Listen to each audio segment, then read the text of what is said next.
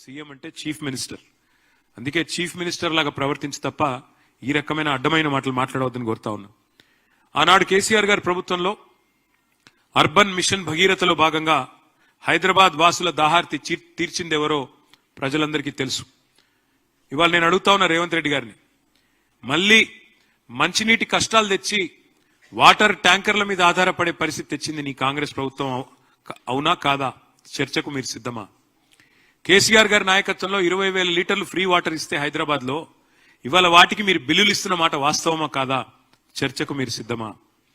హైదరాబాద్ లో ఈ శానిటేషన్ సమస్య అంటే చెత్త సమస్య పరిష్కారానికి కేసీఆర్ గారి నాయకత్వంలో స్వయంగా కేసీఆర్ గారు కూడా ఒక ఏరియా ఎంచుకొని ఆ ఏరియాకి తాను కూడా ముఖ్యమంత్రిగా బాధ్యత వహించి, అట్లాగే ప్రతి ఐఏఎస్ అధికారిని ఐపీఎస్ అధికారిని కూడా హైదరాబాద్ 400 భాగాలుగా విభజించి ఒక్కొక్క యూనిట్ కి ఒక్కొక్క ఐఏఎస్ ఐపీఎస్ అధికారిని నియమించి మంత్రిని, ఎమ్మెల్యేని, ఎంపీని, ఎమ్మెల్సీని అందరినీ బాధ్యులు చేసి తాను కూడా బాధ్యత తీసుకొని స్వచ్ఛ హైదరాబాద్ అనే కార్యక్రమానికి శ్రీకారం చుట్టి ఆనాడు వేల సంఖ్యలో స్వచ్ఛ ఆటోలు ప్రవేశపెట్టిన విషయం నీకు తెలియదా?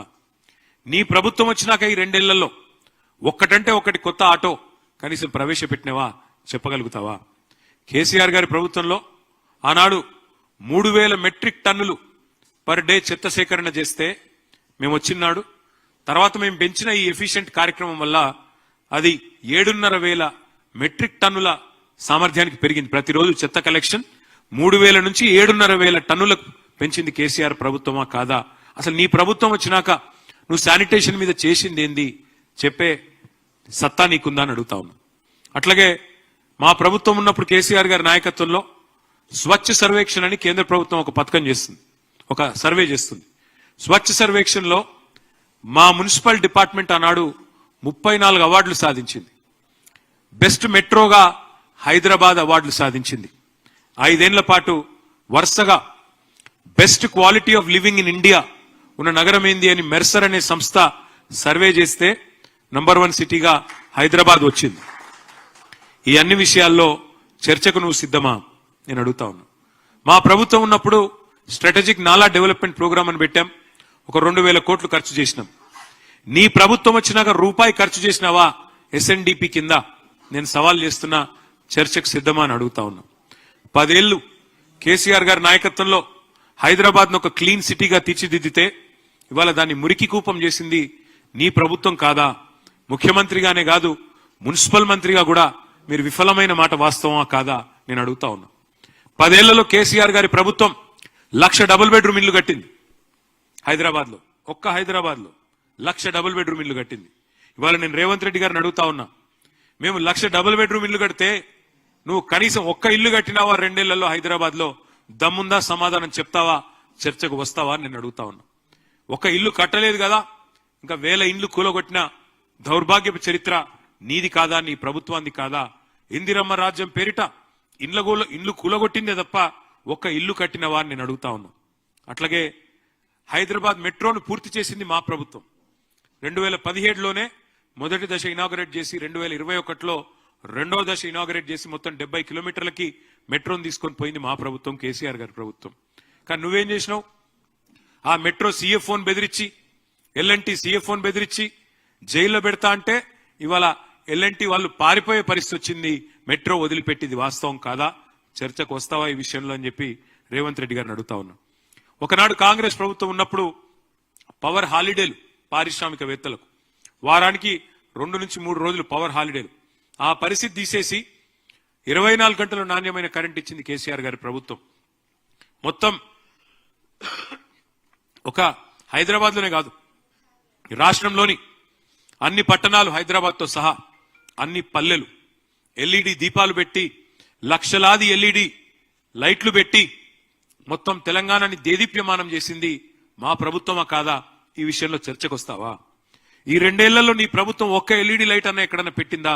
చర్చకు వస్తావా రేవంత్ రెడ్డి అని నేను అడుగుతా ఉన్నా. ఆనాడు కరెంటు కోతలతో, జనరేటర్లతో, ఇన్వర్టర్లతో, కరెంటు కోతలతో ప్రజల బతుకుని అతలాకుతలం చేసింది నీ కాంగ్రెస్ పార్టీ.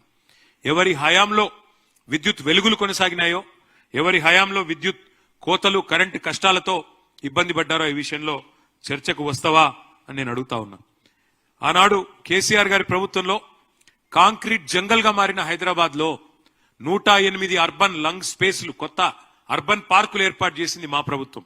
ఇలా నీ ప్రభుత్వం వచ్చినాక కొత్తది ఒకటన్నా కట్టినావా? కొత్తది ఒక్క పార్క్ అన్న కట్టినావా? నేను అడుగుతా ఉన్నా.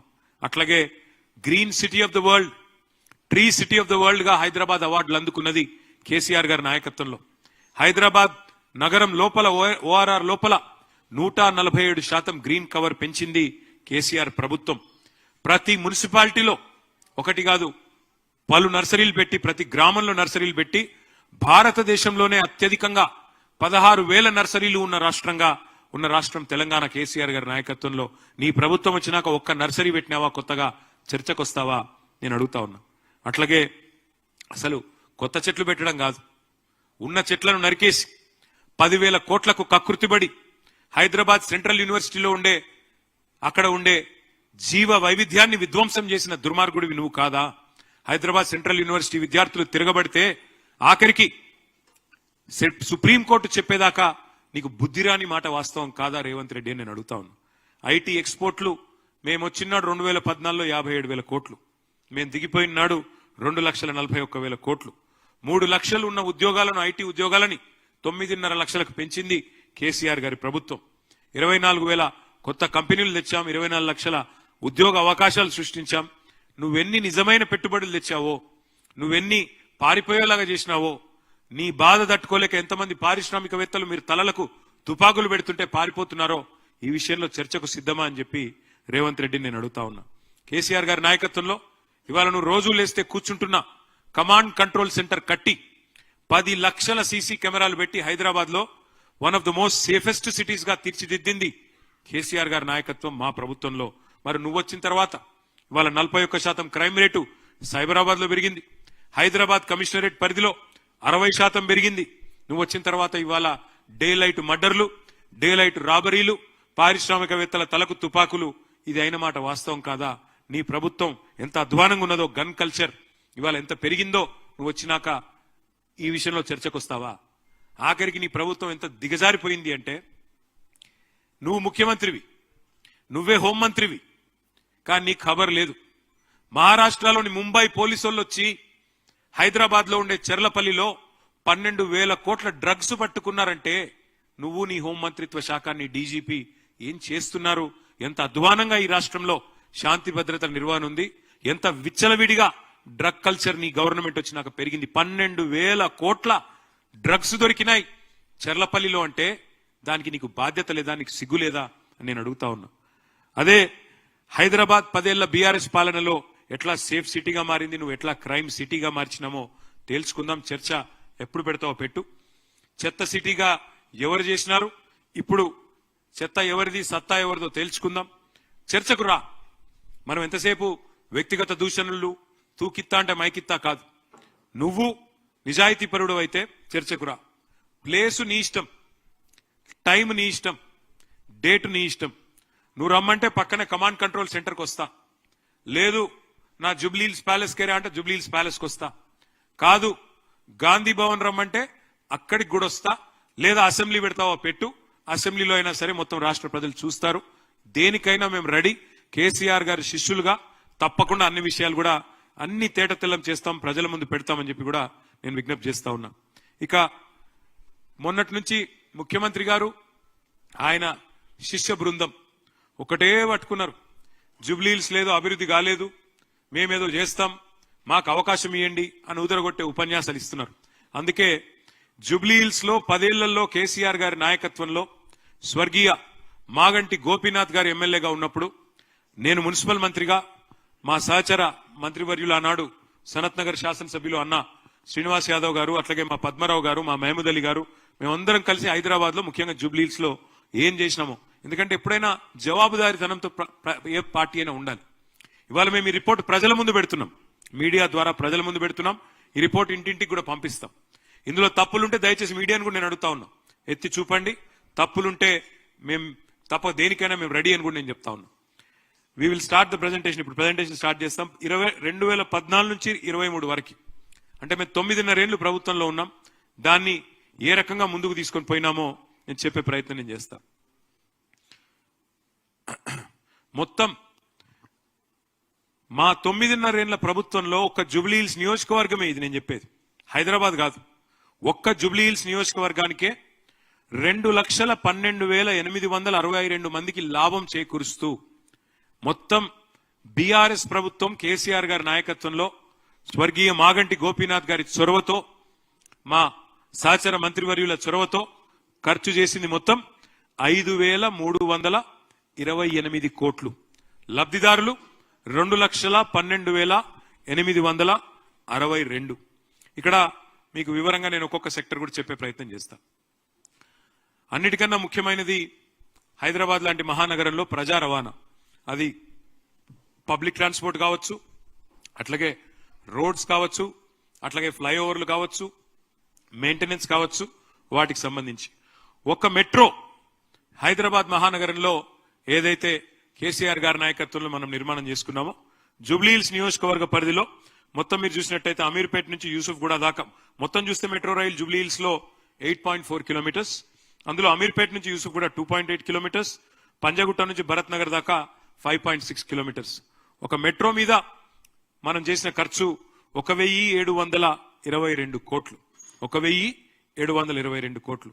అట్లాగే కాంప్రిహెన్సివ్ రోడ్ మేనేజ్మెంట్ ప్రోగ్రామ్ కింద సిఆర్ఎంపీ కింద మరి ఎంపిక చేసిన ముఖ్యమైన రహదారులన్నింటినీ కూడా జూబ్లీహిల్స్ నియోజకవర్గంలో 408 కోట్ల రూపాయలతో అభివృద్ధి చేయడం జరిగింది కేసీఆర్ గారి ప్రభుత్వంలో.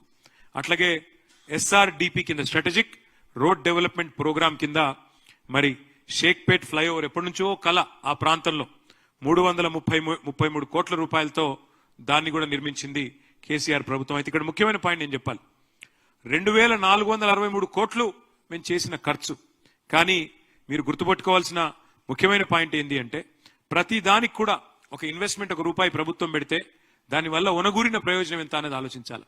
మెట్రో నిర్మాణం వల్ల సేవ్ అయిన డబ్బులు ఎంత, సేవ్ అయిన కాలుష్యం ఎంత, లేకపోతే ప్రైవేట్ వాహనాల్లో తిరిగితే ఎంత ఇబ్బంది అయ్యేది, ఎంత కాలుష్యం పెరిగేది, దాంతోపాటు ప్రజలకు ఆదా అయిన డబ్బులు ఎంత. అట్లాగే సవ్యమైన రహదారులు భారతదేశంలో ఇవాళ ఎక్కడ లేనంత బ్రహ్మాండంగా హైదరాబాద్ నగరంలో రోడ్లు మెయింటైన్ చేసే ప్రయత్నం మా ప్రభుత్వంలో మేము చేసినాం. దానివల్ల సేవ్ అయింది ఎంత కూడా ఆలోచన చేయాల్సిన అవసరం ఉన్నది. అట్లాగే మా ప్రభుత్వంలో ప్రజారోగ్యానికి పెద్ద ప్రాధాన్యతనిచ్చాం, ఇచ్చి అద్భుతంగా పనిచేశాం. స్వాతంత్రం వచ్చిన నాటి నుంచి హైదరాబాద్ లో ఉన్నది గాంధీ దవాఖానా, ఉస్మానియా దవాఖానా, ఓల్డ్ సిటీకి పోతే పెట్ల బుర్జు తప్ప కొత్త దవాఖానాలు కాదు, ఒక నిమ్స్, ఇవి తప్ప లేవు. కేసీఆర్ గారి నాయకత్వంలో అప్పుడు కరోనా మహమ్మారి వచ్చిన తర్వాత ఆ రోజు మా కేబినెట్ లో నిర్ణయం తీసుకొని హైదరాబాద్ లో 4 టిమ్స్ హాస్పిటల్స్ కు శ్రీకారం చుట్టినాం. Telangana institute of medical sciences. అందులో ఇవాళ వెంగళరావు నగర్ డివిజన్ లో ఉండే మరి ఎర్రగడ్డ ప్రాంతంలో జూబ్లీహిల్స్ నియోజకవర్గంలో 900 కోట్ల రూపాయలతో టిమ్స్ హాస్పిటల్ పెట్టినాం. ఈ టిమ్స్ హాస్పిటల్ చివరి దశలో ఉన్నది. ఇది పూర్తయిన తర్వాత యూసుఫ్ గూడ, రేమత్ నగర్, ఎర్రగడ్డ, బోరబండ, అదేవిధంగా పక్కనే ఉండే సనత్ నగర్ నియోజకవర్గం, అవతల పక్కన ఉండే కుకట్పల్లి నియోజకవర్గం, 3 నియోజకవర్గాల ప్రజలకి, పక్కనే ఉండే కుత్బుల్లాపూర్ నియోజకవర్గానికి కూడా 4 నియోజకవర్గాల ప్రజలకి ఒక పెద్ద దిక్కుగా 1000 పడకలతో టిమ్స్ హాస్పిటల్ కట్టింది కేసీఆర్ ప్రభుత్వం కాదా? దానికైన ఖర్చు 900 కోట్లనే మాట వాస్తవం కాదా? అట్లాగే మనం మీరు గమనించినట్టయితే కోవిడ్ అప్పుడు ఒక్క జూబ్లీహిల్స్ నియోజకవర్గంలోనే మరి ఉచిత వ్యాక్సినేషన్ కి దాదాపు 14 కోట్లు ఖర్చు పెట్టాం. దానికి కూడా 34,712 మందికి వ్యాక్సినేషన్ కూడా ఇచ్చుకున్నాం. అట్లాగే సీఎం రిలీఫ్ కింద ఒక 2.68 crores కూడా మరి ఆరోగ్యం కోసం నేను చెప్పేది శాంక్షన్ అయినాయి.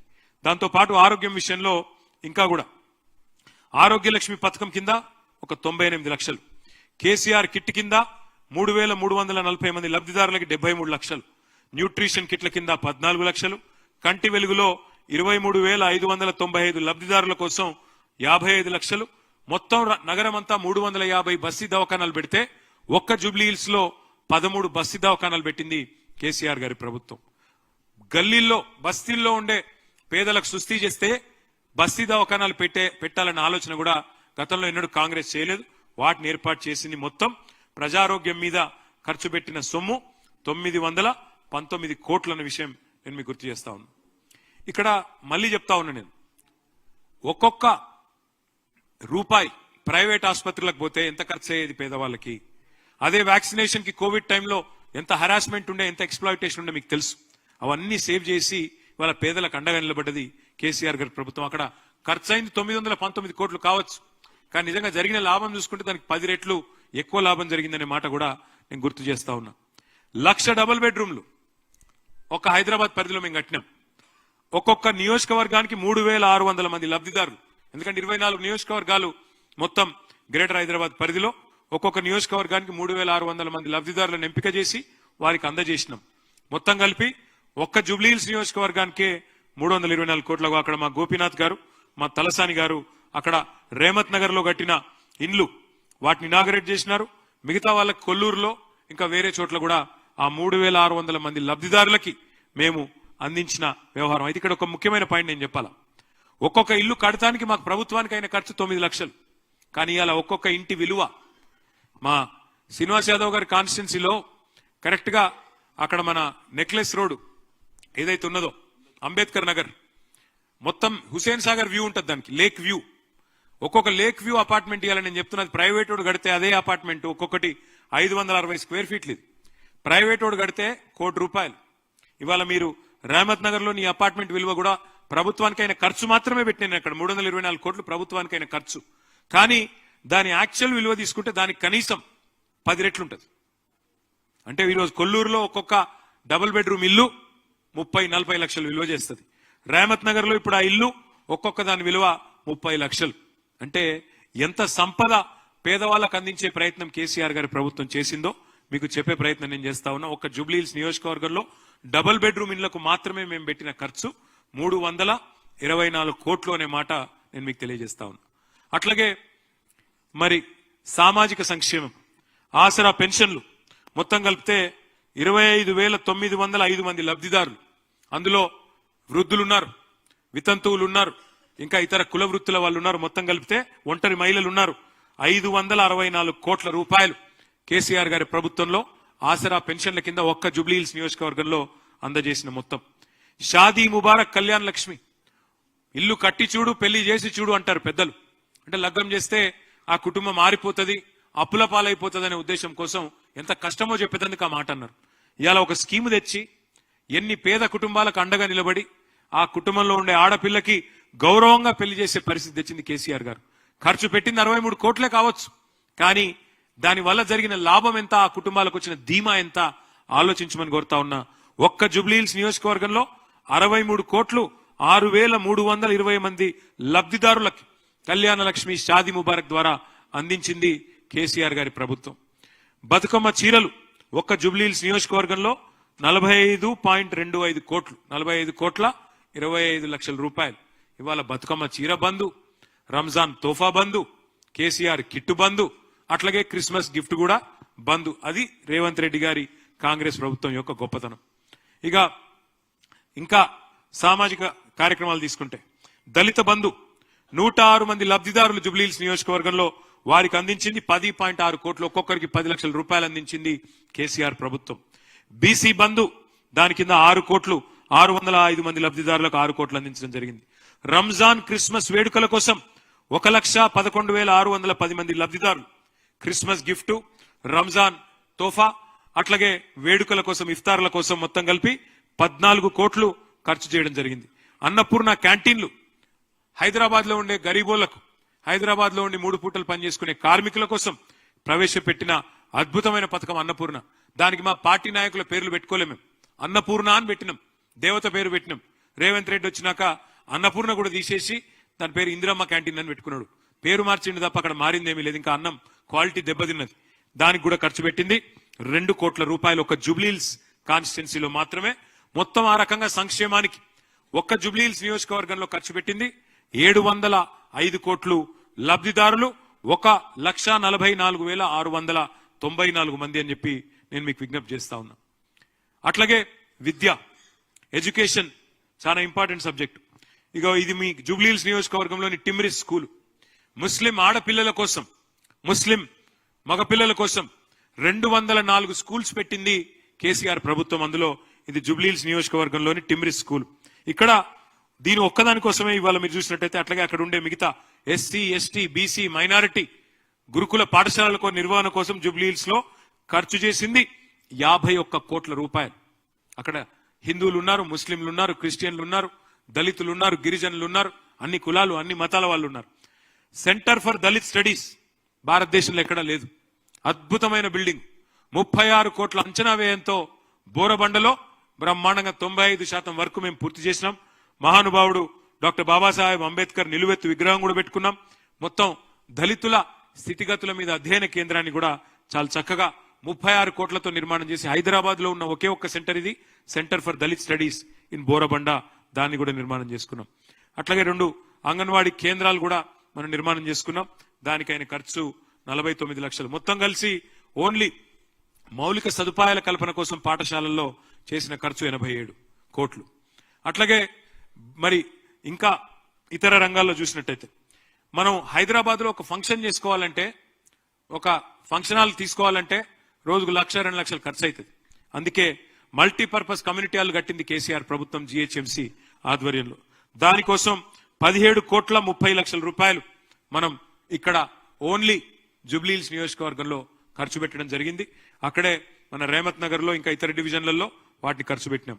ఇక ఇతర నిర్మాణాలు కమ్యూనిటీ హాల్స్ ఇతరత్ర వాటికి ఒక 18 కోట్ల స్వర్గీయ గోపీనాథ్ గారి నాయకత్వంలోనే చేసుకున్నాం. ఎల్ఈడి లైట్స్ నిర్వహణ కోసం 5 కోట్లు, సీసీ కెమెరాల కోసం 2.7 కోట్లు.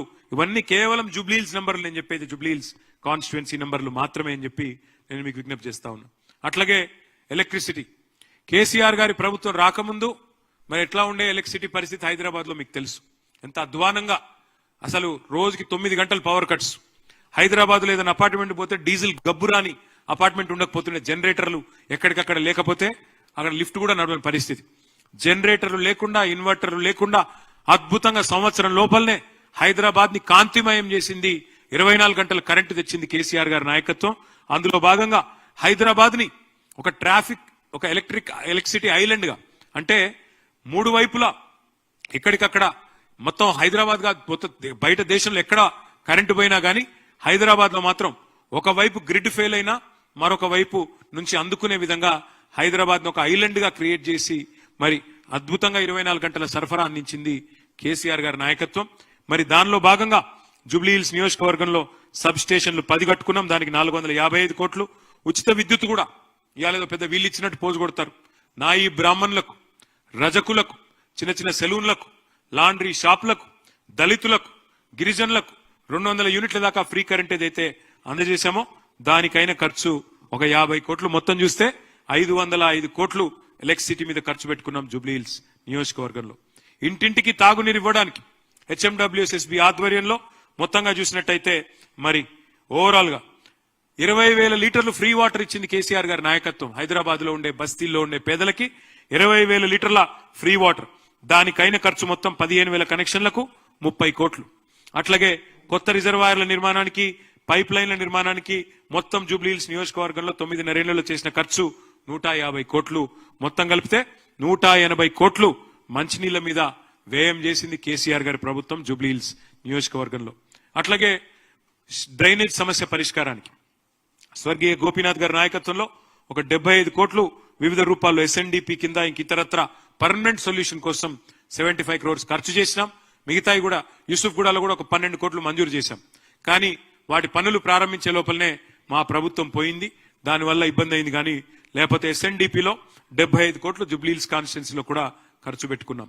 అట్లాగే పర్యావరణం, పచ్చదనం, పార్కులు, వాటి నిర్వహణ మీరు చూసినట్టయితే పార్కుల సుందరీకరణ, వాటి కోసమే దాదాపు జూబ్లీహిల్స్ లోని కళ్యాణ్ నగర్ లో ఇతర ప్రాంతంలో 20 కోట్లు ఖర్చు పెట్టుకున్నాం. తర్వాత మెయింటెనెన్స్, డిజాస్టర్ రెస్పాన్స్ ఫోర్స్ అని పెట్టిందే కేసీఆర్ గారి ప్రభుత్వం. ఆనాడు ఏ సిటీకి లేని విధంగా డిఆర్ఎఫ్ పెట్టింది కేసీఆర్ ప్రభుత్వం. వాటి నిర్వహణ కోసం, అంటే ఎమర్జెన్సీలో డిజాస్టర్ రెస్పాన్స్ ఉండాలి అని చెప్పి దాని పేరు హైడ్రా అని మార్చి దాంతో అరాచకం చేస్తున్నది రేవంత్ రెడ్డి ప్రభుత్వం. డిఆర్ఎఫ్ పెట్టిందే మేము, ఈవీడీఎం అనే ఇన్స్టిట్యూషన్ పెట్టిందే మేము. దానికైన ఖర్చు జూబ్లీహిల్స్ లో 4.45 crore. అట్లాగే గుల్కాపూర్ కాల్వ, ఎర్రకుంట చెరువు అభివృద్ధి పనుల కోసం 2 కోట్లు. షేక్పేట పక్కనే ఉండే మల్కం చెరువు, పేరుకు అది కొద్దిగా బయట ఉంటది షేర్లింగంపల్లికి, కానీ మల్కం చెరువు డెవలప్మెంట్ కూడా దాదాపు 35 కోట్లు ఖర్చు పెట్టింది కేసీఆర్ గారి ప్రభుత్వం. మొత్తం మళ్ళొక్కసారి జస్ట్ సమరీ కోసం చెప్పాలంటే 5,328 కోట్లు. నేను సవాల్ చేస్తున్నా రేవంత్ రెడ్డి గారిని, కాంగ్రెస్ పార్టీని. మీ 2 ఏళ్లలో మీరు పెట్టిన ఖర్చు ఎంతో జూబ్లీహిల్స్ నియోజకవర్గం మీద మీరు కూడా చర్చకు రండి. బహిరంగ చర్చ పెడదాం. సోమాజిగూడ ప్రెస్ క్లబ్ లో పెడతావా, ఎక్కడ పెడతావో పెట్టు. These are the numbers. ఇది చూపెట్టి మేము ఓటు అడుగుతున్నాం. 10 ఏళ్లలో మేము చేసిన పని ఇది. 10 ఏళ్లలో జూబ్లీహిల్స్ లో మేము పెట్టిన ఖర్చు ఇది. లబ్ధిదారులు 2,12,862 మంది. మా మాగంటి గోపీనాథ్ మా ఎమ్మెల్యేగా చేసిన పని ఇది. మా తలసాని శ్రీనివాస్ యాదవ్ మంత్రిగా చేసిన పని ఇది. మున్సిపల్ మంత్రిగా నేను చేసిన పని ఇది. మేము ఇది చూపెట్టి ఓటు అడుగుతున్నాం. నువ్వు 2 ఏళ్లలో ఏం చేసినావో చెప్పు. 2 ఏళ్లలో ఏ సెక్టర్కి ఎంత ఖర్చు చేసినావో చూపెట్టు. దేని మీద ఎన్ని పైసలు ఖర్చు పెట్టినావో చూపెట్టు. జూబ్లీహిల్స్కి ఏం చేసినావు, హైదరాబాద్కి ఏం చేసినావు చూపెట్టి ఓటు అడుగుమని రేవంత్ రెడ్డి నేను అడుగుతా ఉన్నా. ఇది స్థూలంగా మరి మొత్తంగా ఓవరాల్ కార్యక్రమం.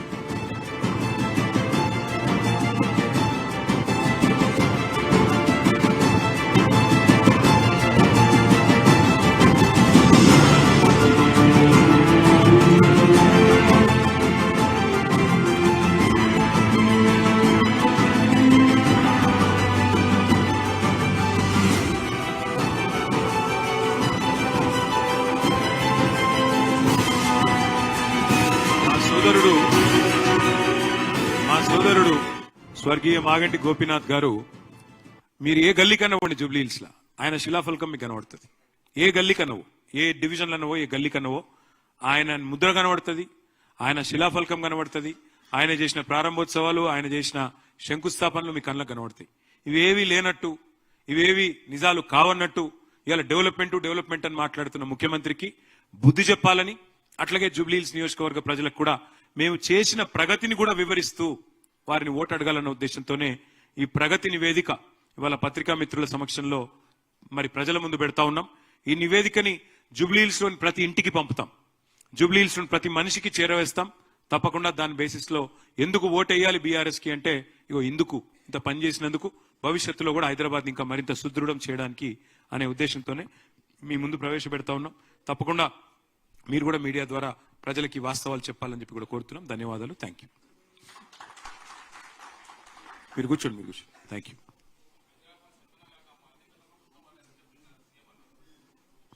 హైదరాబాద్ ఇప్పుడే నేను చెప్పాను కదా బ్రదర్, హైదరాబాద్ మహానగరంలో మేము స్వచ్ఛ సర్వేక్షణలో కేసీఆర్ గారి ప్రభుత్వంలో 34 అవార్డులు గెలుచుకున్నాం. హైదరాబాద్ లో పారిశుద్ధ్య నిర్వహణ బాగా ఉంది కాబట్టే మొత్తం భారతదేశంలోని అన్ని మెట్రో నగరాల్లో మాకు అవార్డు వచ్చింది. గ్రీన్ సిటీ అవార్డులు, బెస్ట్ క్వాలిటీ ఆఫ్ లివింగ్ అవార్డులు, ఇవన్నీ తెచ్చింది మా ప్రభుత్వం. 2 ఏళ్లలో ఈరోజు వాళ్ళ పరిస్థితి ఏంటంటే, ఇప్పుడు మీరు షేక్పేటలో ఉండే, కావాలంటే ఈ నిమిషమే పోదాం, మీ కెమెరాలు తీసుకుని రండి, నేను కూడా వస్తా. షేక్పేటలో అక్కడ శ్మశాన వాటిక ఉంది, హిందూ శ్మశాన వాటిక. హిందూ శ్మశాన వాటిక నిండా మొత్తం చెత్త నింపేసింది రేవంత్ రెడ్డి ప్రభుత్వం. ఒక్కటంటే ఒక్కటి నిర్వహణ సరిగ్గా ఉందా? ఇవాళ డాక్టర్ బాబాసాహెబ్ అంబేద్కర్ 125 అడుగుల విగ్రహం ఉంది ఇక్కడే హైదరాబాద్ నడిబొడ్డున, సెక్రటేరియట్ పక్కనే. పోదాం పై, ఇప్పుడే తీసుకొని కెమెరా తీసుకొని పోదాం. దాని చుట్టూ ఎంత అధ్వానమైన మురికి కూపంగా ఈ ప్రభుత్వం మార్చిందో, ఇప్పుడు మున్సిపల్ మంత్రిగా పనిచేస్తున్న వ్యక్తి ఎంత విఫలమైనాడో దాన్ని బట్టి మీరు చెప్పొచ్చు. ప్రజలే న్యాయ నిర్ణేతలు. ఆయన మాట్లాడినట్టు నేను మాట్లాడను. ప్రజలే న్యాయ నిర్ణేతలు. 11 తారీఖు నాడు ప్రజలు తీర్పు చెప్పాలని నేను కోరుతా ఉన్నాను. ఇంకొక మాట కూడా అడుగుతా ఉన్నాను.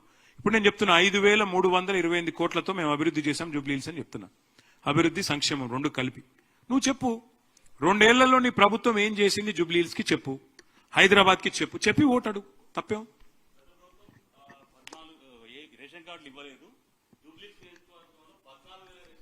ఇప్పుడు రేవంత్ రెడ్డి గారు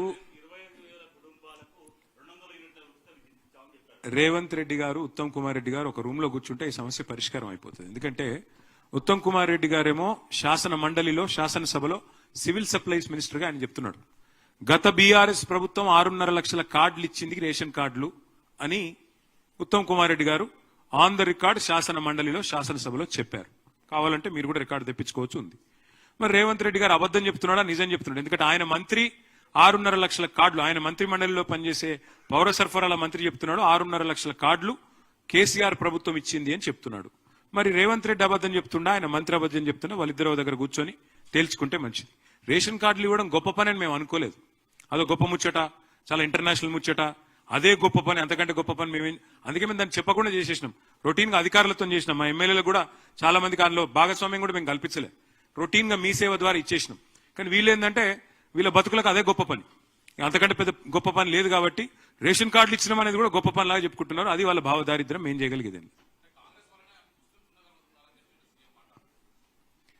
కాంగ్రెస్ నహీ తో ముసల్మాన్ నహీ. నిన్న విన్నాను నేను. ఈ భ్రమలకెళ్లి ముఖ్యమంత్రి గారు ఎంత తొందరగా బయటకు వస్తే, ఆయన అజ్ఞానాన్ని ఎంత తొందరగా వదిలించుకుంటే అంత మంచిది. డాక్టర్ బాబాసాహెబ్ అంబేద్కర్ రాసిన రాజ్యాంగంలో ఆర్టికల్ 25 నుంచి 28 దాకా స్పష్టంగా అందులో రాసినది. ఎవరు ఏ ధర్మాన్ని ఆచరించాలనుకుంటే ఆ ధర్మాన్ని ఆచరించవచ్చు. ఎవరు ఏ మతాన్ని, ఎందుకంటే we are secular country, as per constitution we are secular country. Any secular leader, any secular party first of all should come out of this illusion that because of their party a certain religion exists. BJP లేకపోయినా హిందువులు ఉంటారు, కాంగ్రెస్ లేకపోయినా ముస్లింలు ఉంటారు, ఎవరు లేకపోయినా అందరూ ఉంటారు, భారతదేశం ఉంటుంది. కాబట్టి ఎవరు ఏమనుకున్నా ఒకటి వాస్తవం. ఇవాళ ఇట్లాంటి అడ్డగోలు మాటలు మాట్లాడే ముఖ్యమంత్రికి ఒక మతాన్ని అవమానించినట్టుగా, కాంగ్రెస్ పార్టీ లేకపోతే ముస్లిం లేకపోవడం ఏందండి? అంటే కాంగ్రెస్ పార్టీ పుట్టక ముందు ముస్లిం లేరా? కాంగ్రెస్ పార్టీ ఆల్మోస్ట్ చచ్చిపోయింది, మొత్తం చచ్చిపోయినాక కూడా ముస్లింలు ఉండరా? ఏం మాట్లాడుతున్నాడు ఆయన? కనీసం మిడకాయ మీద తలకాయ నోడైతే కూడా మాట్లాడట్లా. अच्छा यही चीज मैं बस यही कह रहा था कल हमारे जो चीफ मिनिस्टर ने कहा कि कांग्रेस नहीं तो मुसलमान नहीं, मैं बस उनसे इतना ही कहूंगा, बीजेपी नहीं तो हिंदू नहीं करके कोई बोलता है, कांग्रेस नहीं तो मुसलमान नहीं करके यहां के चीफ मिनिस्टर बोलते हैं. बट वास्तव तो यह है कि आज अगर आप संविधान देखेंगे, डॉक्टर बाबा साहेब ने लिखा, उसमें साफ लिखा गया आर्टिकल 25 से 28 तक कि India is a secular country और यहां पे हर किसी को अपना अपना धर्म, जो भी धर्म आप फॉलो करते हो, जो भी फेथ आप फॉलो करते हो, you can practise it as per your wishes. You are a free individual. Now if the Congress party believes that without them there would not be any Muslims, let me remind the ignorant souls of Congress party that much before the Congress party was ever born, Muslims already had existed in our country and also in the world. Likewise, if BJP also believes that if they tomorrow don't remain as a political party, Hindus nahi rahenge, Hindu rakshak hum banenge, to wo bhi galat hai. Congress का भी ख्याल गलत है, BJP का भी ख्याल गलत है. दोनों के रहने या ना रहने से हिंदू और मुसलमान को कोई तकलीफ नहीं होगा, हिंदुस्तान को कोई तकलीफ नहीं होगा. आखिरी में हिंदुस्तान एक सेक्युलर स्टेट है, सेक्युलर कंट्री है, बिल्कुल वो सेक्युलर ही रहेगा, चाहे कोई भी कुछ भी कोशिश कर ले. पहली बात तो मैं डिमांड करता हूं चीफ मिनिस्टर रेवंत रेड्डी को कि पहले आप माफी मांगो.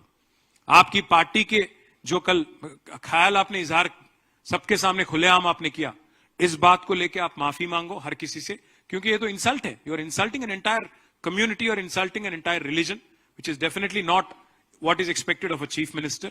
अगर आप माफी नहीं मांगते तो फिर ultimately it's the choice of the people on how they will respond and what they will do in days to come. Thank you. BRS की बीजेपी की